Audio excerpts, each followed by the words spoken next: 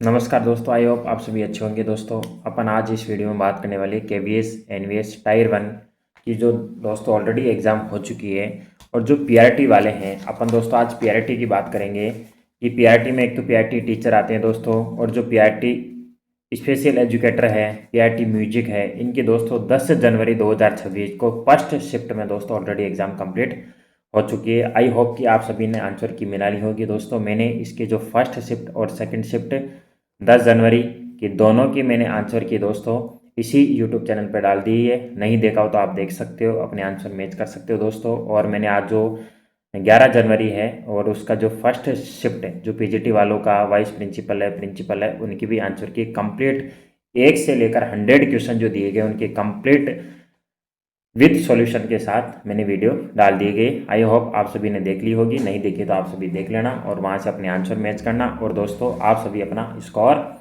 Share कर सकते हो ताकि अपन एक सटीक एनालिसिस कर सके। दोस्तों आज अपन केवीएस एनवीएस टायर 1 जो पीआरटी है उसके एक्सपेक्टेड कट ऑफ के बारे में बात करेंगे। दोस्तों कट ऑफ से बात करने से पहले कुछ चीज़ें डिपेंड करती है कट ऑफ बताने से पहले।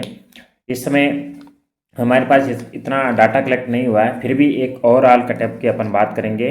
तो सबसे पहले डिपेंड करती है कि जो पेपर का जो लेवल क्या होता है, लेवल देखते हैं। फिर दूसरी बात वैकेंसी पर भी डिपेंड करती है और कैटेगरी भी डिपेंड करती है। कुछ कैटेगरी में ज़्यादा कट ऑफ जाती है, कुछ में कम जाती है। तो अपन दोस्तों बिना किसी देरी के इस वीडियो को शुरू करने से पहले मैं आपसे रिक्वेस्ट चाहता हूँ कि अगर आप सभी इस चैनल पर नए हो तो दोस्तों चैनल को सब्सक्राइब करना ना भूलें और दोस्तों आप शेयर कीजिए। इस चैनल पर आपको जो भी केवीएस है, एनवीएस है, ईएमआरएस से रिलेटेड जो भी अपडेट इन्फॉर्मेशन है वो आपको प्रोवाइड की जाती है।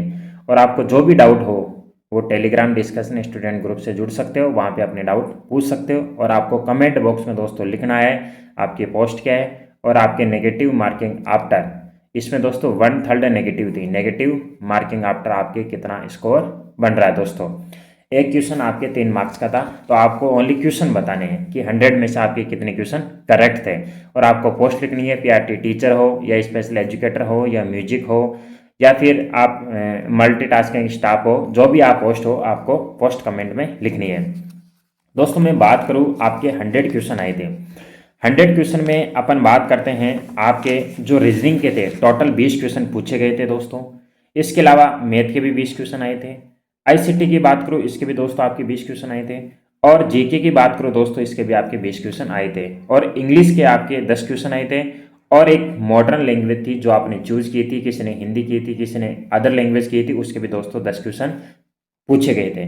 तो टोटल हमारे पास टोटल 100 क्वेश्चन है। ओवरऑल अगर दोस्तों मैं पेपर की बात करूँ, स्टूडेंट से फीडबैक है या आप सभी ने पेपर हल किया होगा, महसूस किया होगा एग्जाम हॉल में, तो मॉडरेट लेवल का पेपर अपन मान सकते हैं। ईजी है ना, नहीं है, क्योंकि अगर अपन एग्जाम हॉल में जो इजी पेपर होता है वो भी दोस्तों एग्जाम हॉल में क्या हो जाता है, मॉडरेट हो जाता है। क्योंकि जल्दीबाजी में अपन ऑप्शन बढ़ने में एक दो गलती हो जाती है। जो क्वेश्चन आता है, जैसे अपन ने किसी क्वेश्चन में नई वर्ड नहीं पढ़ा तो वो भी गलती हो जाती है। और इस पेपर में जो रीजनिंग पूछी गई थी, जो मैथ पूछी गई थी, वो टाइम कंज्यूमिंग पूछी गई थी दोस्तों। क्योंकि जो पीआरटी वाले थे, आप क्वेश्चन हल तो कर पा रहे थे लेकिन टाइम ज़्यादा ले रहे थे, क्योंकि आपके रीजनिंग के टोटल 20 क्वेश्चन थे, मैथ के भी 20 क्वेश्चन थे। तो अगर आप एक क्वेश्चन को 1 या 2 मिनट भी देते हो तो काफ़ी टाइम लग रहा था और काफ़ी लॉन्ग लॉन्ग क्वेश्चन भी थे। अब अपन बिना किसी देरी की बात करते हैं।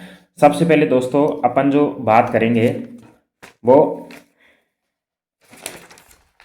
रीजनिंग वाले पार्ट की बात करते हैं। सबसे पहले कि आपका जो रीजनिंग है वो टोटल 20 क्वेश्चन आए थे। तो दोस्तों अगर आप सभी मेरे से सहमत हो, ये एक्सपेक्टेड कट ऑफ है, एक अनुमान बेसिस है। मैंने पेपर देखा है, मैंने खुद ने पेपर भी सॉल्व कराया है, स्टूडेंट ने भी काफ़ी एग्ज़ाम दी है, उनसे बातचीत की है।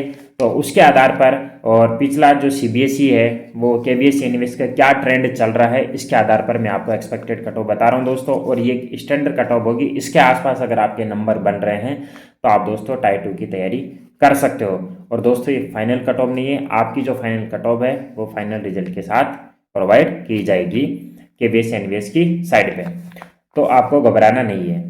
अब दोस्तों अपन बात करते हैं रीजनिंग वाला जो पार्ट की मैं बात करूँ दोस्तों, आप सभी को भी कमेंट करना है कि रीजनिंग वाला पार्ट कैसा था। मेरे को दोस्तों मॉडरेट लगा रीजनिंग वाला। रीजनिंग में टोटल 20 क्वेश्चन थे। तो अपन ये मान के चलते हैं कि आप सभी ने हल करने की कोशिश की होगी। तो मैं ये मान के चल रहा हूँ कि 13 से लेकर जो 14 13 से 14 क्वेश्चन में नेगेटिव मार्किंग आफ्टर मान रहा हूँ कि करेक्ट हो सकते हैं आपके। और आपको भी कमेंट करना आप इससे सहमत हो या नहीं हो। तो मैंने 13 से 14 रीजनिंग के 20 में से 13 से क्वेश्चन माने हैं। इसके अलावा मैं मैथ की बात करूँ दोस्तों, मॉडरेट टू टफ थी मैथ। मॉडरेट टू टफ क्यों थी? क्योंकि कैलकुलेशन ज़्यादा थी और सॉल्व करने में थोड़ा सा टाइम लग रहा था। तो टोटल आपके 20 क्वेश्चन पूछे गए थे और इसका लेवल मॉडरेट टू टफ आपको कैसा लेवल लगा आपको भी कमेंट करना है। और मैंने इसके माने 10 से 11 क्योंकि ज़्यादातर जो स्टूडेंट होते हैं दोस्तों वो मैथ से दूर भागते हैं, हमेशा वो मैथ से बचने की कोशिश करते हैं। तो अपन इसमें क्या कर रहे हैं, कुछ काफ़ी लोग हैं जिनके अच्छे मार्क्स भी हैं मैथ में, ऐसी बात नहीं है। तो मैंने मैथ में माने 10 से 11 क्वेश्चन करेक्ट माने हैं, मैंने नेगेटिव मार्किंग आफ्टर माने हैं। अब अपन तीसरे पार्ट की बात करें, आईसीटी। दोस्तों अगर इस पेपर में कुछ इजी था तो वो आईसीटी था। ईएमआरएस में भी आईसीटी से रिलेटेड इजी क्वेश्चन पूछे जा रहे हैं, आप अच्छा स्कोर कर सकते थे आईसीटी में। फिर भी 20 क्वेश्चन है, कितना इजी हो फिर भी क्या होते हैं 3-4 क्वेश्चन हमारे गलत ही हो जाते हैं, एग्जाम में गोले बढ़ने में हो जाते हैं, पढ़ने में मिस्टेक हो जाती है, समझने में मिस्टेक हो जाती है।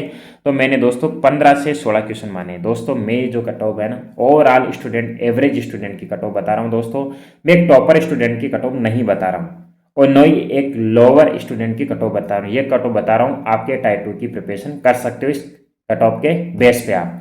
तो अपन आईसीटी की मान के चले, मैंने 15 से 16 क्वेश्चन माने हैं कि नेगेटिव मार्किंग आफ्टर करेक्ट होंगे। फिर मैं जीके वाले पार्ट की बात करूँ तो जीके के दोस्तों आपके 20 क्वेश्चन आए थे। जीके अच्छा खासा जीके पूछा गया था दोस्तों। और कई बच्चे होते हैं जो जीके में अच्छे होते हैं, कई होते हैं जो जीके में अच्छे नहीं होते हैं। तो इस पार्ट के बारे में भी ये भी एक मॉडरेट लेवल का ही था। तो इसमें मैंने माना 10 से 11 क्वेश्चन पूछे गए क्योंकि इसमें करंट अफेयर के भी क्वेश्चन थे और काफ़ी अच्छे खासे क्वेश्चन पूछे गए थे। मैंने 10 से 11 क्वेश्चन इसमें करेक्ट माने। अब दोस्तों इंग्लिश वाला पार्ट है, टोटल 10 क्वेश्चन आए थे। अब देखो इंग्लिश हिंदी में क्या होता है, कई बच्चे जो इंग्लिश मीडियम से हैं तो उनकी इंग्लिश अच्छी होती है तो इंग्लिश में स्कोर अच्छा करेंगे, बट उनका हिंदी में अच्छा नहीं होता। कई जो हिंदी मीडियम से है उनकी हिंदी अच्छी होती है, वो इंग्लिश में अच्छा नहीं कर पाते। तो इन दोनों के लेवल के बारे में कुछ नहीं कहा जा सकता क्योंकि किसी के इंग्लिश में मार्क्स कम है तो हिंदी में ज़्यादा है और किसी के हिंदी में कम है तो इंग्लिश में ज़्यादा है। फिर भी मैंने ये माना है कि इंग्लिश का स्कोर 5 से 6 क्वेश्चन माने, मैंने 5 से 6 क्वेश्चन लिए हैं। और हिंदी वाले पार्ट की बात करूँ, हिंदी वाले पार्ट ज़्यादा टफ भी नहीं था, एक मॉडरेट मान सकते हैं। 7 से 8 क्वेश्चन मैंने हिंदी वाला मान लिया है। अब दोस्तों इनको अपन काउंट करते हैं। रीजनिंग में मैंने 13 से 14 माना है, मैथ में 10 से 11 माना है, आईसीटी में 15 से 16 और जीके में 10 से 11 और इंग्लिश में मैंने 5 से 6 माना है और हिंदी में 7 से 8 माना है। अब दोस्तों अपन इनको ऐड करते हैं, 13, 10, 15, 10, 5, 7, तो टोटल हो रहे हैं 16। और जो नेक्स्ट स्टेप है 14, 11, 16, 11, 6, 8, ये हो रहे 66। तो हमारा जो पीआरटी का जो सेफ स्कोर जो बन रहा है दोस्तों 60 से लेकर 66 तक बन रहा है। इसमें दोस्तों 2 से 3 मार्क्स अप डाउन हो सकते हैं, ये स्टैंडर्ड कट ऑफ है, इतनी ही जाएगी, इससे ज़्यादा जाने की कोई संभावना भी नहीं है। क्योंकि अपन ने क्या किया है, एक सटीक एनालिसिस किया है, वो भी एक पेपर के अकॉर्डिंग किया है कि कितने क्वेश्चन किस पार्ट में अपन कर सकते हैं। तो जिन भी भाई बहन के 60 से लेकर 66 के आसपास बन रहे हैं वो तो बिल्कुल टाइटो की तैयारी स्टार्ट कर दो, उनको किसी प्रकार कोई घबराना नहीं। अब अपन क्या करते हैं, कैटेगरी वाइज भी बात कर लेते हैं थोड़ी सी। जो यूआर कैंडिडेट है, जो जनरल कैंडिडेट है, जिनके 60 से लेकर 65 बन रहे हैं दोस्तों, 2 से 3 मार्क्स अप डाउन कर लेना। ये नहीं कि आपके जैसे 59 बन रहे तो आप भी तैयारी कर सकते हो, 58 बन रहे हैं, ऐसी कोई बात नहीं है। 2 से 3 मार्क्स अप डाउन हो सकते हैं। ये 60 से 65 वाले आराम से टाइप 2 की तैयारी कर सकते हैं। ईडब्ल्यूएस वाले की बात करूं, जिनके 58 से लेकर 63 है, मैं पीआरटी की बात कर रहा हूँ, 58 से लेकर जिनके 63 है, 2 से 3 मार्क्स अप डाउन कर लो, आप भी टाइप 2 की तैयारी कर सकते हो।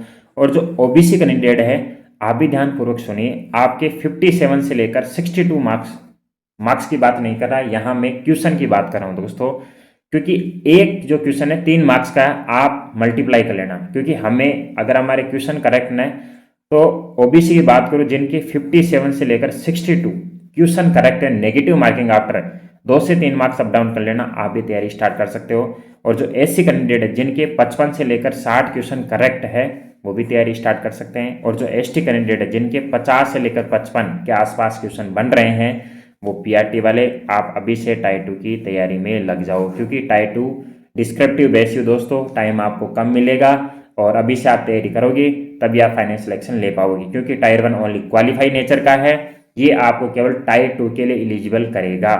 और आपको लग रहा है, उम्मीद है कि हमारा टायर 1 निकल सकता है, तो आपको दोस्तों टाइम वेस्ट नहीं करना है, इधर उधर भटकना नहीं है दोस्तों, और खुद से अपने पेरेंट्स से और दोस्तों मेरे से वादा करना है कि सर हम इस बार सिलेक्शन लेकर ही रहेंगे। क्योंकि दोस्तों आपको मैं बता दूं 2026 है सिलेक्शन वाला साल है। क्यों है?